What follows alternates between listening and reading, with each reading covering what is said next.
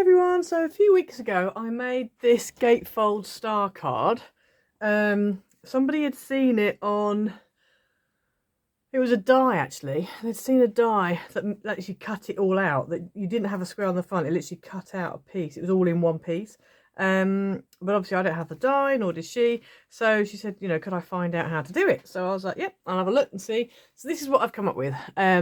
Obviously it's not exactly the same as the die, but it's pretty close and I quite like it. So it's actually, the width wise, the footprint of it is 6 by 6, although this little card here is not 6 by 6, it's 4 by 4, but because of the diamond points that stick out, it makes it 6 by 6. And then obviously it opens up, it stands on your desk nicely like that. And I didn't know if it was actually going to stand up, but these 3 points support it nicely and it works really well. So for this one I used first edition Let's Celebrate paper pad for that one.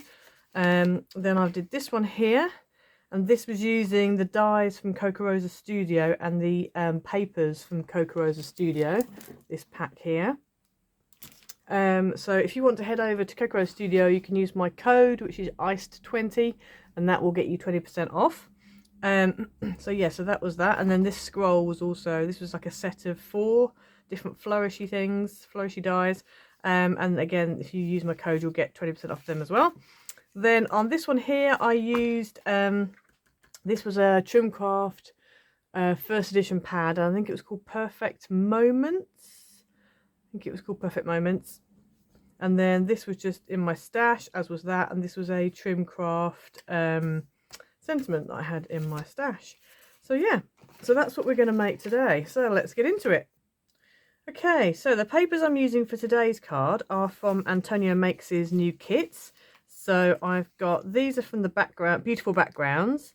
And then this was from, I can't remember, I'll put it on the screen. It'll come up now which pack it was from. I can't remember which kit it was from. But really nice, really nice. I haven't used this paper yet, so I thought I'd have a go with it. And then I'm just using some plain blue card. So you need 1 piece of plain base card that is 4 by 12. Okay, so along the 12-inch length, you're going to score it at 2 inches, at 4 inches, at 8 inches, and at 10 inches.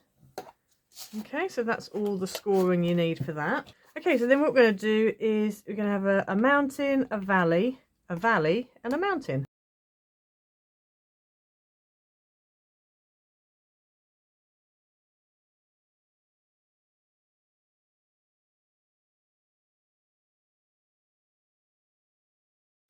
Okay, and so what you want to do is choose 2 different patterns of paper. You can do more than 2 if you want, but I went for 2. I went for one pattern that is going to go all inside here, and then another pattern that's going to be on my squares.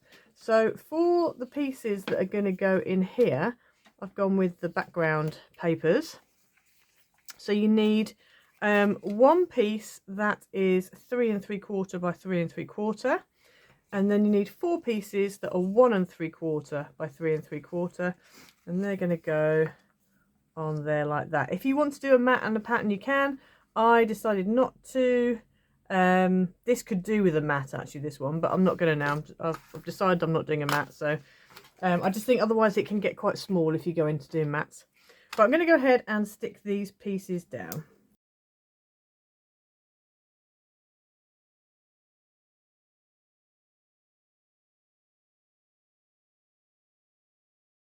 Okay, so you also need 2 base squares that are 4 by 4. One of them is going to stay whole like that, and that's going to go in there in a minute. Now I know it's too big, don't worry, we're going to deal with that. The other one you're going to cut in half diagonally, so you end up with 2 triangles. Okay, and then you also need 2 pieces of pattern paper. One of them needs to be 3 3/4 by 3 3/4. And the other one needs to be 3 1/2 by 3 1/2. The piece that is 3 1/2 by 3 1/2, you're going to cut diagonally in half, okay? And then that is going to stick onto these triangles. So we're going to do that one first. Okay, so I've cut my piece of pattern paper in half. This is 3 1/2 by 3 1/2. And I'm going to go ahead now and stick it onto my base card. I actually put tape on the back of my square before I cut it in half, because now it's all taped, ready to go. I just find it easier than trying to glue a triangle. Right, so I'm going to go ahead and stick this down.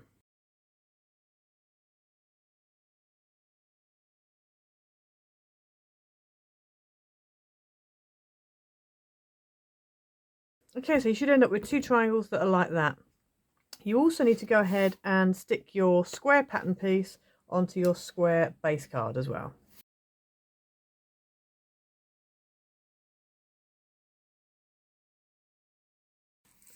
Okay, so first of all, we're going to tackle the triangles. So if you have your triangles ready, and bring in your base card, your main card base, what we're going to do is these triangles are going to fit on the front like that and like that, so that that edge of the triangle lines up with the fold line on your front of your gatefold. Okay, so we're going to go ahead and we're going to stick those down. Now, a little tip, because I'm actually going to use wet glue to stick these down, is what I do is I turn it over.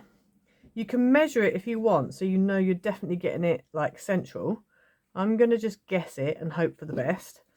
And then I just turn it over like that on the opposite side to what it's going to be stuck on, because then I can see which bits I need to glue.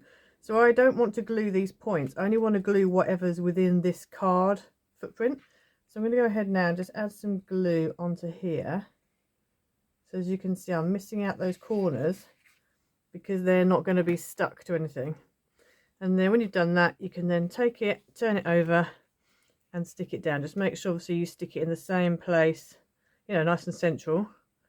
Otherwise you will end up with glue places you don't want glue.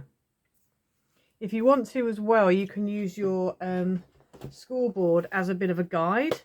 So you can just get your scoreboard like this, turn it round and have it so that you've got, I don't know, put it so that you've got it lined up with the 1. So you know that point needs to be lined up with the 3. Okay, so you know it's halfway. Because obviously if you can't really, I mean, if you take this off, you could line it up there. And then you know that's going to be lined up with the 2. So for example, with this one here, I'm just going to take this again. I'm going to lay it on. Just going to get it roughly where I think it's supposed to be.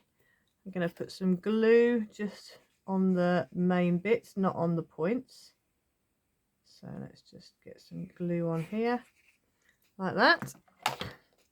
And then we're going to turn it over and stick it down. And so what I'm going to do is I'm just going to line that up to there, put that on there like that. And then that needs to line up with the 2. There's the 2. And it also needs to be obviously straight here as well. And you can go with the obviously the triangles on the other side. So I'm actually going to line mine up with the triangle on the other side to make sure it lines up. Now this is a little bit bigger here. I've obviously not cut it completely straight, but it's close enough. Okay, so as soon as you've done that, you're then going to go ahead and do your inside square. So your inside square, again, it just needs to be nice and even. Now, one thing I would probably do is if you line up, if you take your square, turn your card over like that, and put your card, making sure it's the butterflies are the right way up, or if it's directional, it's the right way up. Line it up so that it is lined up with the square that's on the front. And then if you just take a pencil, you can, and a ruler actually, you're better off to do both, pencil and a ruler. You can just find where this line is, this edge here. This is the sides, that's the top, that's the bottom. And just come in just ever so slightly. You don't want much, just literally a fraction. Draw a line there. And then the same on this other side. So again, just line it up a fraction in from where it should be. Draw a line, and then what you want to do is cut those 2 little edges off. So it's going to take a pair of scissors, just cut those 2 edges off, one there and one there. And then if we turn the card over and open it up, this is then going to sit on the inside there. And if you just, I advise you use wet glue for this because you can see where it goes. But you want it all to line up along the top. So I'm going to glue it down and then just going to tweak it and get it so that it's lined up with the other things. So let's just put some glue on. And again, I'm doing the method where I turn it over so it's face down. So I know that I don't want to glue those top points. So I've stuck it down, and now I'm just going to make sure with the card shut that it all lines up along the top here and along the bottom there, which it does. So now I know that fits perfectly. And when you turn it over, there shouldn't be any glue showing, because you've made sure by sticking it the way you have that you don't have to worry about glue. So now I just need to add a greeting, and then we're done. Okay, so I've gone ahead and found this, which was actually out of my stash. I'm not sure who these are, Hunky Dory or something like that. So I've got that, and then I've also got that happy birthday greeting as well, which was a Trimcraft one. So I'm going to stick these down.